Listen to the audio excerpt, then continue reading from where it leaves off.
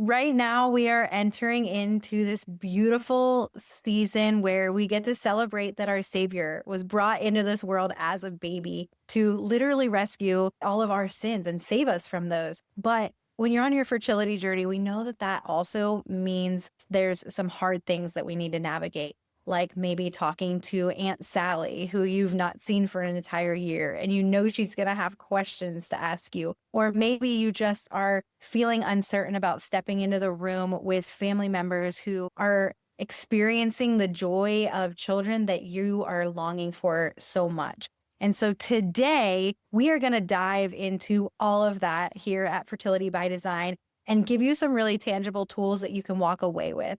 God designed your body for fertility, but when the journey to parenthood feels like a heartbreaking mystery, it's so easy to feel lost. I'm Dr. Trisha, a nurse practitioner and fertility consultant who's been where you are. That's why I created Fertility by Design, where faith meets science to empower you with real solutions, holistic healing, and biblical encouragement. You are not alone. Your fertility is not broken. So let's walk this journey together.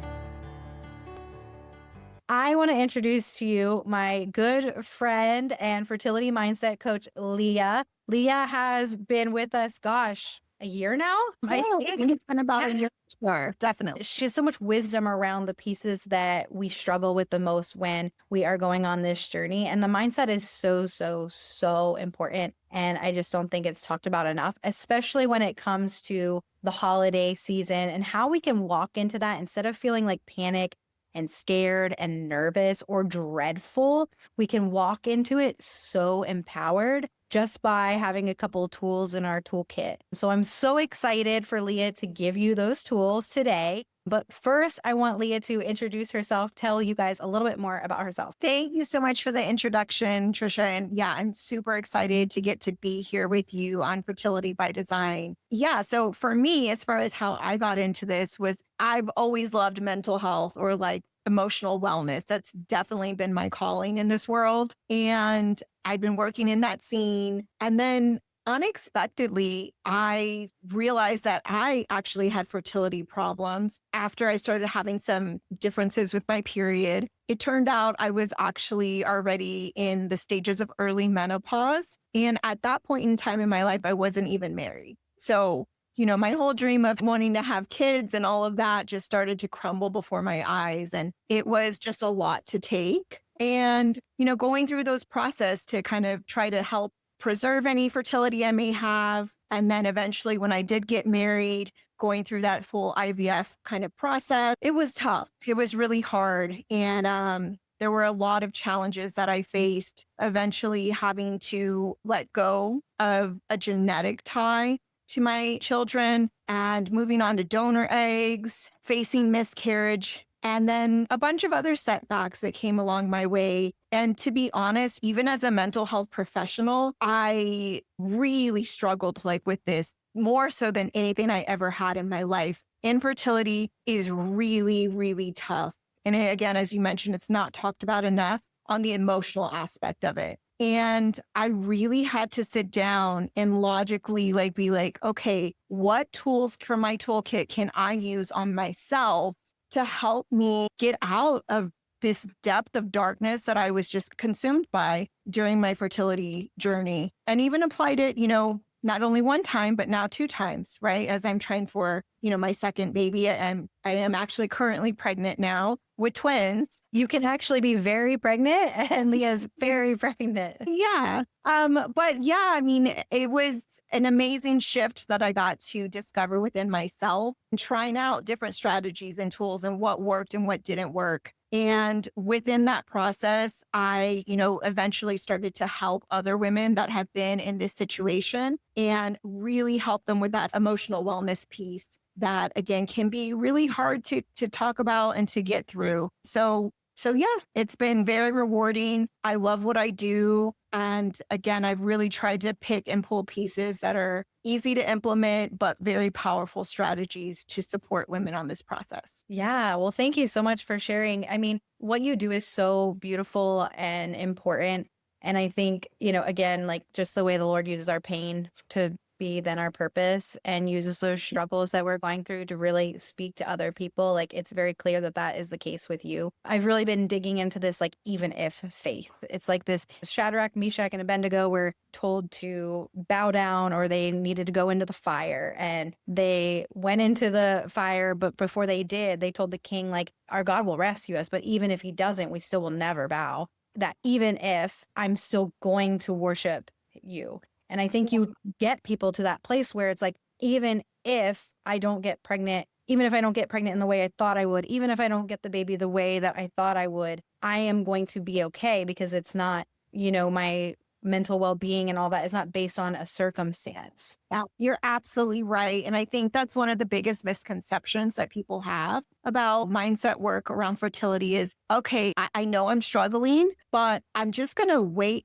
because as soon as I get pregnant, it's all going to be fine. And so they're waiting for the pregnancy as like a magic pill to erase all of the hardships that they're facing, or the demons that they're battling internally. But that's not always the case, because then once you're pregnant, if that does happen, again, sometimes we can face additional challenges that come after that. Maybe a loss, or maybe just, even if you don't experience a loss, continued mental health, anxiety, depression around your fertility journey to get there. All of the what ifs, extra anxiety can come with that. And so that's why you're right. We need to be prepared for, even if I face another hardship along this path, you deserve to be happy now, regardless of your motherhood status. Yeah, you can't pause your whole life. And I even wrote that about that in my email this week, of just like, even if the positive pregnancy test comes tomorrow, you're still going to face hard things. And if that is what your joy is attached to, or your hope is, I spoke about how hope is a person, it's not a thing or a feeling. If our hope is a feeling, then we're really attaching it to like worldly hope. And just like you were saying, like, I'll be happy, I'll have hope when this happens. Like, if we're basing it just off a specific situation, like, another hard thing is going to come. Like, I don't want to downplay the hardness of infertility, because it's only really comparable to like a cancer diagnosis. Infertility is really hard, but motherhood is also hard in a different way. And so if we've learned to attach it to these outcomes, well, then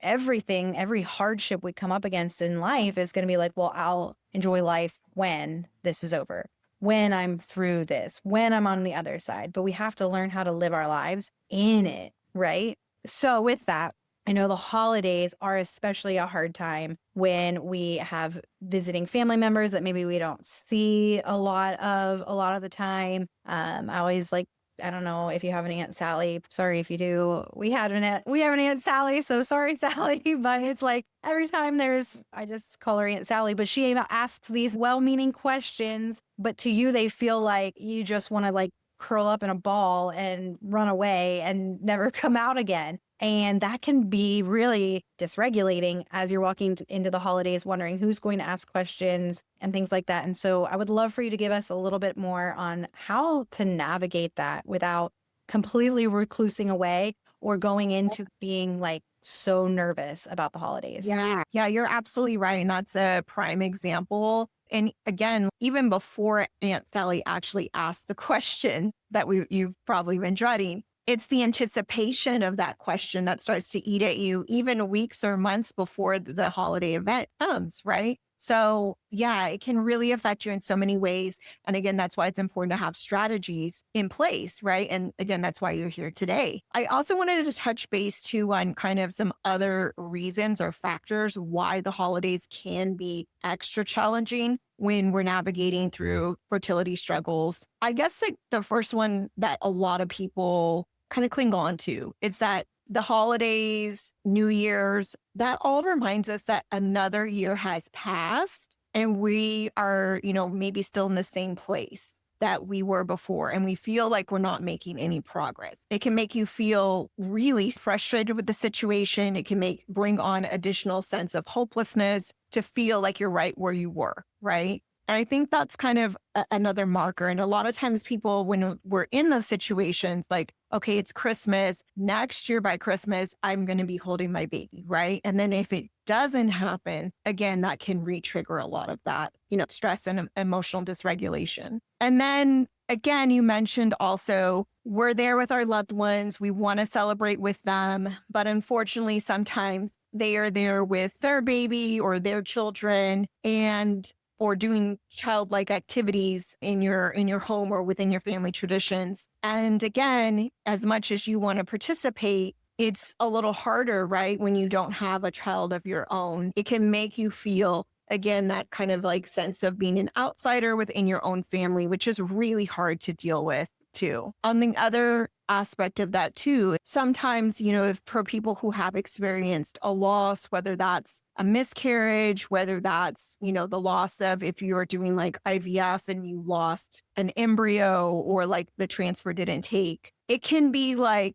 a reminder that, hey, if that hadn't have happened, my baby would be with me right here for Christmas or during this family event. And that can trigger, again, a lot of the feelings that you may have try to bury inside or to deal with. Yeah. So those are kind of why the holidays tend to hit really hard for us. Yeah. And I think sometimes it's good for you to give names and like verbalize all that because I think sometimes we don't even, maybe we can't even verbalize like that's why, like exactly. But I think that whoever's listening to this is going to hear that and be like, oh, yeah, that is kind of like why I'm feeling this way. That makes sense why I'm feeling that bubble of anxiety. So it's really good to like put names to it. Yeah. And again, giving yourself that grace to like once you're realizing it, instead of beating yourself up, let's first take a pause and be like, this is really hard, and I'm human and like this is very important to me. And it's normal to have that bump in anxiety or that bump in feeling of stress or sadness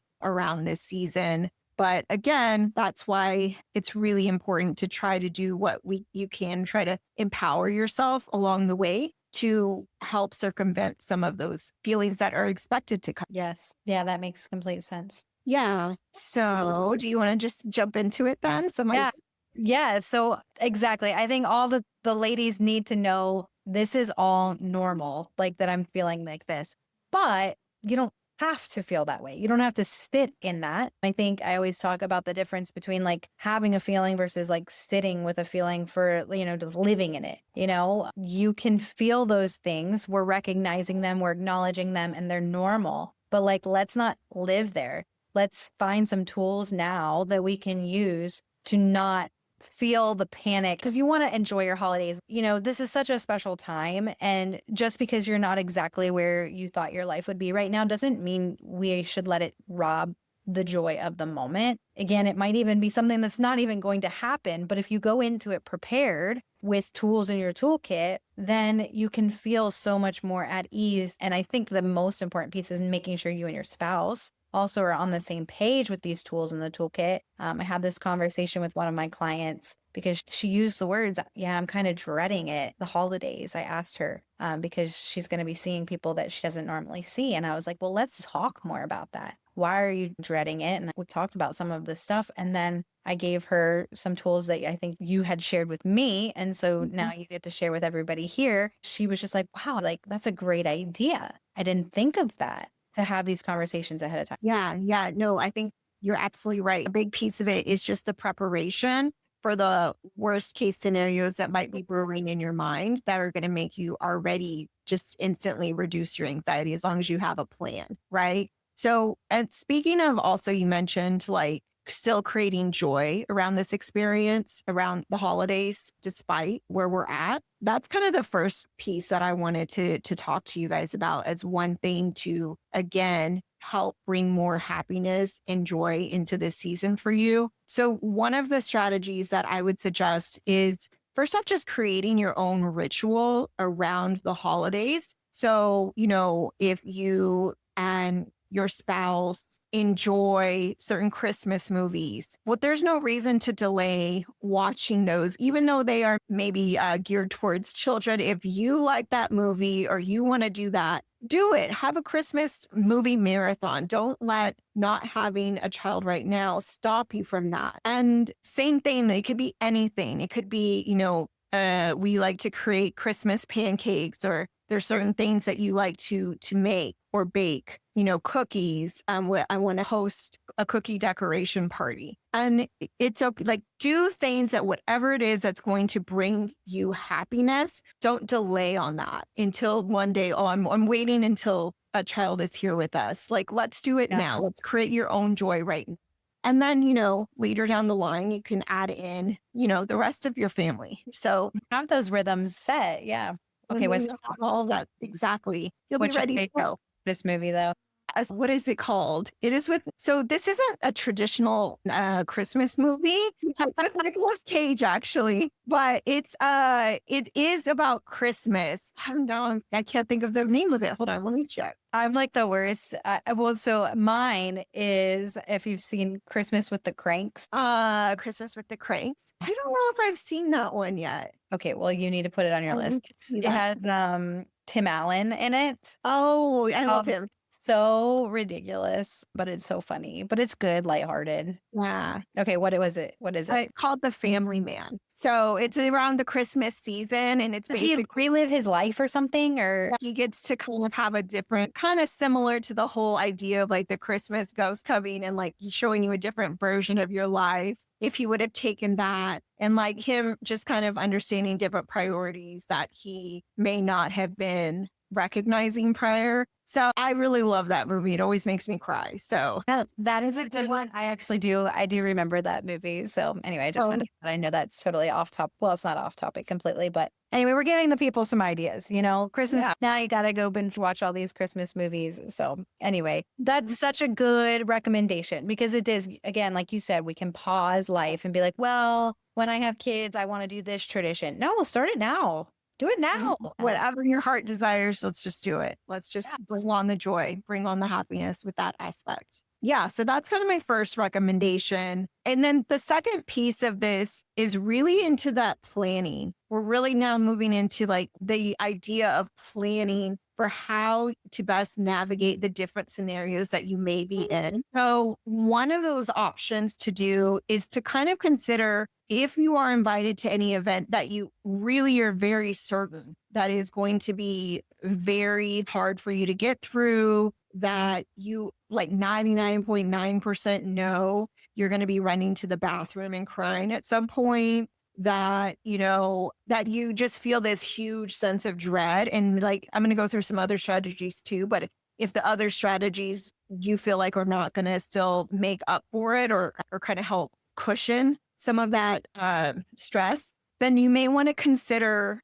like, if you have that situation, let's maybe plan cutting that short, or consider saving that for another time, or just opting to not attend. So those are some options for you. But again, we want to kind of like see the other strategies, but that's always there on the table. If it's really too much for you, it's okay to kind of respect what's going to be best for you at this time too. And, you can just say, hey, I'm so sorry, guys. Like, I'm just not feeling well for this event. And to be honest, it's true. We don't always, when we're not feeling well, it doesn't always have to be physical, right? It can be your emotional space too. So just remember that you can go for a limited time. You can go and maybe leave early if you like. You could skip out certain parts of the event, or again, just choose to opt out of that particular event totally. Yeah. And I think like sometimes feel like we have to have like an excuse.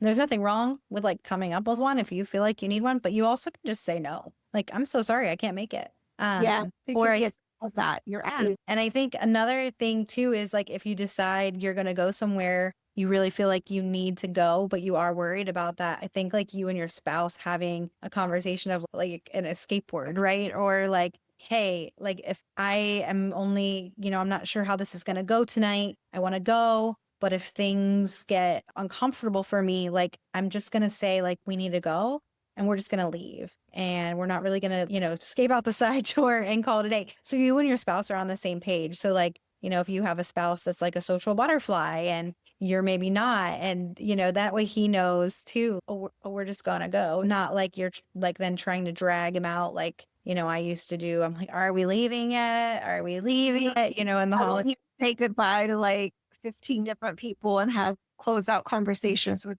each of them. Yeah. Yeah. So just having that like escape word, we need to go, or, I don't know, ham. That means Yeah. what? Time to leave. But Yeah. just so that you guys are on the same page. Exactly. Yeah, I really like the idea of a code word. Yeah, I mean, that's amazing. And again, you probably know in which events, again, are going to be pulling on you or just going to be maybe you already know off the bat too much to handle despite your best attempts, right? So, yeah, always an option to leave if you're not feeling it. I also kind of wanted to go back to the fact that, sometimes we have all this anxiety about the particular event. And a lot of the times, maybe that worst case scenario that we're imagining doesn't even happen. So, kind of trying to like go back and say, like, okay, I'm so worried. I'm so worked up about this potentially happening. So, let's kind of like take that worst fear and let me just sit back and like challenge that and see is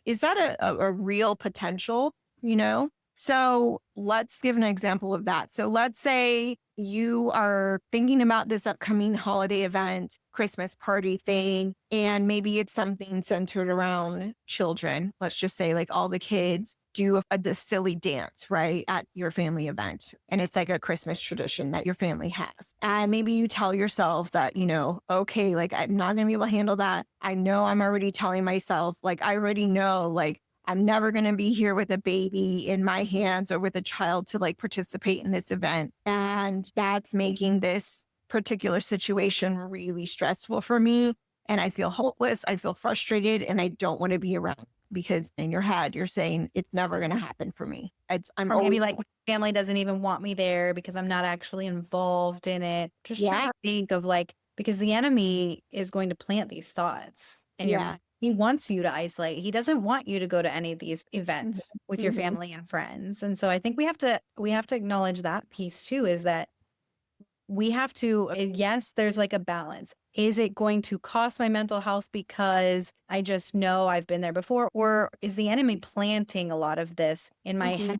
It's actually going to be great if I can just put those thoughts to rest and challenge it with the I mean, you're absolutely right. And so, like in your example, your challenge of that is to really think, like, okay, maybe nobody wants me there was one of the things that you mentioned there. So, really think about that and like, let's not run away with that and be like, okay, does my family normally invite me to things in general? Do I feel like at all like welcomed by my family in general? And if again the answer is yeah, actually my family does invite me to a variety of things and I do feel welcome, then you know that that thought's not really, it's not based in reality, right? Right. And another one again, like within that same scenario, we talked about like, oh, I don't want to be here because it's never going to be me, right? In like me here with my child. And again, that's not the absolute truth, right? You're obviously here listening to this podcast because you are working on your fertility, right? You are actively trying for a baby, right? So you're doing a lot of things to get to motherhood. And it's also probably very likely or likely this is actually going to be the last year or two that you are there without pregnant or a child in tow. So again, that's also likely a false thought. So you don't know that, right? You're doing everything you can at this moment, and it's very likely that eventually that will lead to motherhood. So again, challenging those thoughts, making sure that those are not derailing you from enjoying the current experience. Yeah.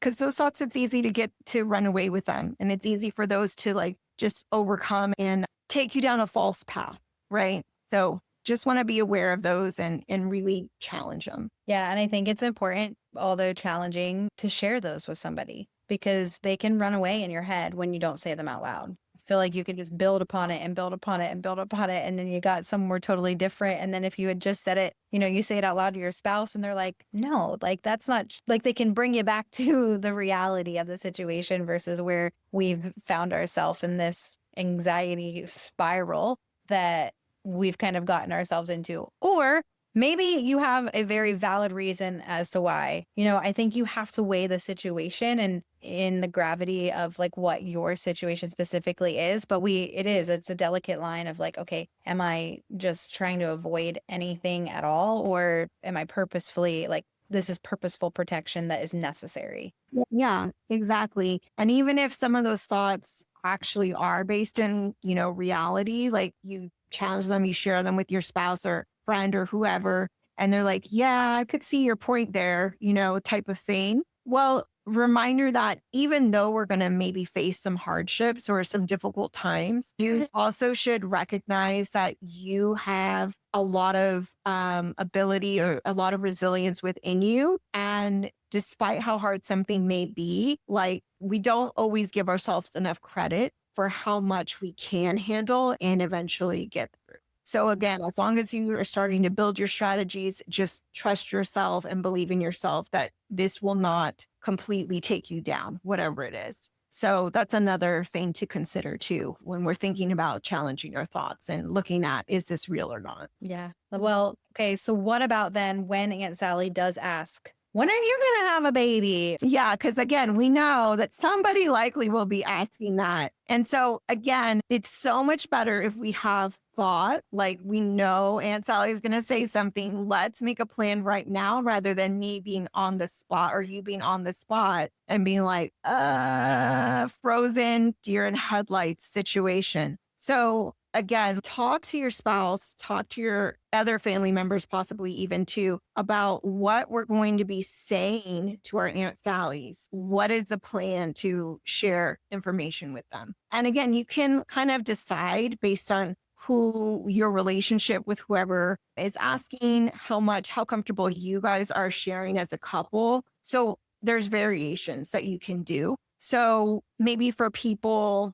that you really don't want to share very much with, you can just say something like, again, this is just an idea. Oh, we're just enjoying life right now. We're just enjoying being a married couple and, kids will come later. So it's just something really short and sweet. And again, it kind of just answers the question. And as long as you know that's what you're going to say, maybe rehearse it a couple of times. When it happens, you'll be ready to go. If you want to kind of like let them in a little bit, but still not spill all the details to where you're at. So you could just say and be a little bit more honest and transparent about it is, I know you're just asking, but to be honest, this is really hard for us to talk about. And I'd like to be the one to share with you any updates when we're ready. And that's kind of like if they already know you might be trying, or, she asks you all the time about, oh, I heard you're working with a fertility specialist, like something like that. So Setting a boundary there. setting a boundary, not going into the details if you're not comfortable with that. You're not obligated just because someone asks to share all of the day by day plays or any expectations that you have or exactly where you're at in your cycle or anything like that. It is really your choice. You mean, actually, that's why we have to leave early. We got to go try. Sorry. I'm one who wants to give a really uncomfortable answer so that it becomes so awkward. Or even I shared with this couple was we are so thankful for when God decides to bless us with that. We're hopeful for a child in God's timing. Short and sweet. It's fun. Yeah, I think you called it an elevator pitch at one point, like a little elevator pitch of we just we have our little elevator pitch between me or whoever it is and your spouse, and you practice it and rehearse it and are just ready to give whatever answer feels best for you guys. Yeah, exactly. And if it is someone that you have decided as a couple to share with, okay, maybe you want to share, but maybe that Christmas party may not be the best setting for it, right? So be like, hey, I appreciate you asking. And it has been a really hard time for us in that regard. I'd love to update you. Let's schedule coffee maybe another time. Yeah, exactly. So, because, bringing up and talking about everything that's going on in the midst of, holiday party, a Christmas with your family, that's a lot, right? So we want to try to keep you as much protected and safe and feeling good as possible. Yeah, But I think those are good, easy boundaries to set where you don't feel like you have to be sharing your business in front of everybody, especially to those that you don't maybe mind opening up to and you appreciate that they've asked and you don't want them to feel like you don't care that they asked, but maybe another time. And I think that's a great way in that. Yeah. And, again, so this is all kind of that prep work, talking to your spouse, so important to deciding, again, just to recap, what can we say to people who may ask, who we think will ask, right? And how far do we want to get into that? Let's be on the same page about that. Also, like, is there, if we do go to something and it may be too much, what is maybe a safe word or a word for us to escape very quickly? Like thinking about, like, again, if both of those still feel uncomfortable, like what events do we actually want to maybe skip or already pre-plan to leave early or miss certain parts of? And then again, just kind of on the flip side, what can we do now, or what can I do now? What can we do to bring joy, to bring that Christmas spirit into our lives at this moment, right? Yeah, all of that is so helpful and just such tangible tips that we can take into these seasons, because we know there's no lack of holiday parties. It's about to go from 0 to 60, and it's going to be the beginning of January before we know it. But like,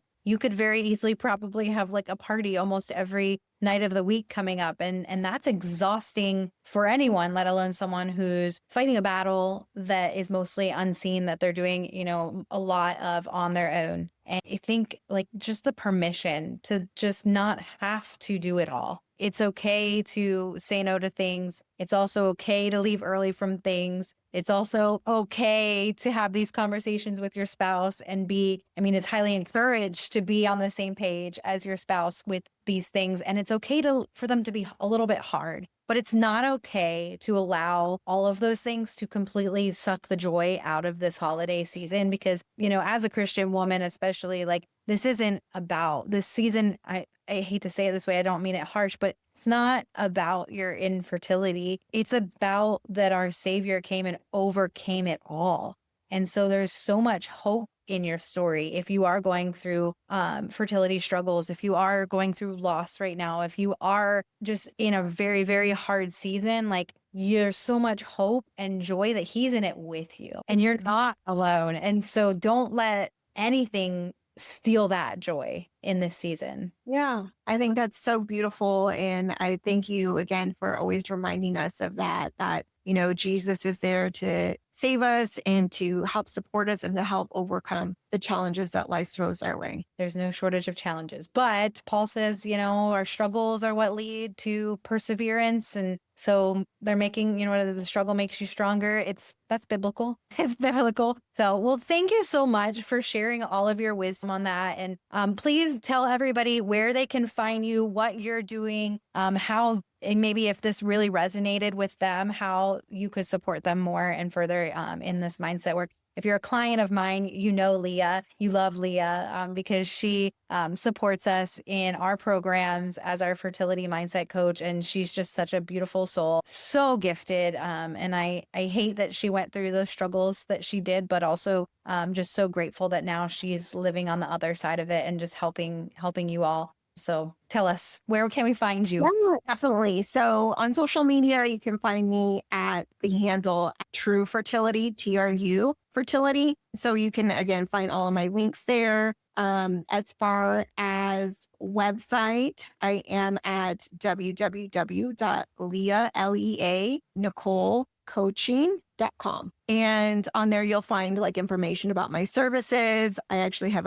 my own podcast as well that I need to get back to and hopefully start season 3 soon. But yeah, I actually also launching a new program to support women going through the toll of infertility for the emotional wellness aspect. And I'm really excited about that. That should be launching within the next 2 weeks. So keep an eye out on my webpage and my social media for that. So I'm really excited about that. But yeah, go drop into her DMs for sure if that interests you. That way she can keep track and she can update you. I know some of my clients have found their way into that, and I've heard them sing their praises of that, of the work that you're doing. So I'm so excited for that. So go find her on Instagram. Go listen to her podcast. That's how we met. yeah, actually how we met. Somehow, I don't even remember how I ended up on your podcast. God, it's always God. I'm like, but that is how we met. And it's just been such a beautiful relationship since then. And yeah, just thank you so, so much for bringing your wisdom and value and sharing it freely with my audience. So I'm excited. Yeah. We have about 30 more conversations we could have on podcasts. So we'll be sure to bring you back in the future. But thank you guys for listening. I hope this episode has blessed you so much. If it has, share it with a friend who needs to hear it. Give us a review. We would love to have it. And just hope that you guys have a blessed holiday season. And we'll see you next week on Fertility by Design. That's it for today's episode of Fertility by Design. Subscribe so you never miss an episode, leave a review to help more couples find hope, and share this with a friend who needs encouragement on their fertility journey. Need even more support? Let's connect. Find me on Instagram at Trisha Zehrung for faith-filled fertility guidance, real solutions, and a community that just understands. Remember, your fertility is not broken. Your body is beautifully and wonderfully designed, and God's plan is always perfect. I'll see you next time.